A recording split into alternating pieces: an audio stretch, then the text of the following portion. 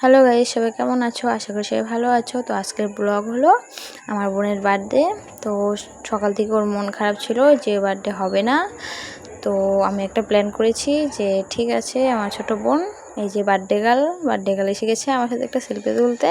তো সেলফি টেলফি তোলা হয়েছে। তো বার্থডে গার্লের মন খারাপ ছিল, এখন একটু হাসি মুখ।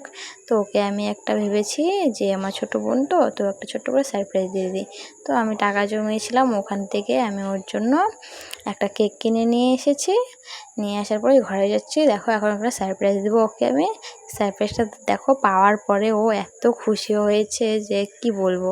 তারপরে সবাইকে নিয়ে কেকটা কেটে নিলাম।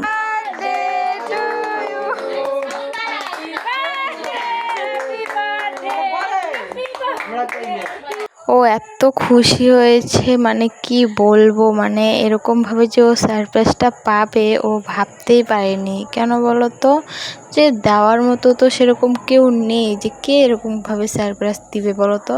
যেমন ধরো আমাদেরও কোনো আশা নেই যে আমাদেরকে এরকম করে কেউ কোনোদিন সারপ্রাইজ দেবে, কিন্তু ও মানে খুব খুশি হয়েছিল। তারপরে ওর বান্ধবী কজনকে, আমার বান্ধবী কজনকে, কয়েকজনকে বলে নিয়ে আসে সবাই একসাথে, মানে ও একদম চমকে গেছে। তো কেক টেক কাটা হলো সবাইকে নিয়ে। তারপরে যেমন ধরো বড় কজন ছিল, ওরা হলো আশীর্বাদ করলো। তার মধ্যে কি বলতো, পায়েসটা নিজের হাতে বানিয়েছি আমি আমার বোনের জন্য। মানে সব কিছু আয়োজন টায়োজন মানে সেরকম বড় করে তো আর করা হয়নি না, ছোট্ট একটা আমি একটা সারপ্রাইজ দিছি।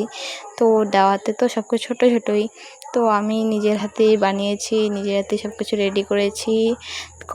তারপরে যেমন ধরো সবাইকে দিয়ে টিয়ে তারপর সবাই তিন বান্ধবী মিলে সেলফি টেলফি তুললাম। তোলার পরে সবাই খাওয়া দাওয়া হলো, খাওয়া দাওয়ার পরে সবাই সবার বাড়িতে চলে গেলো। এখানেই শেষ।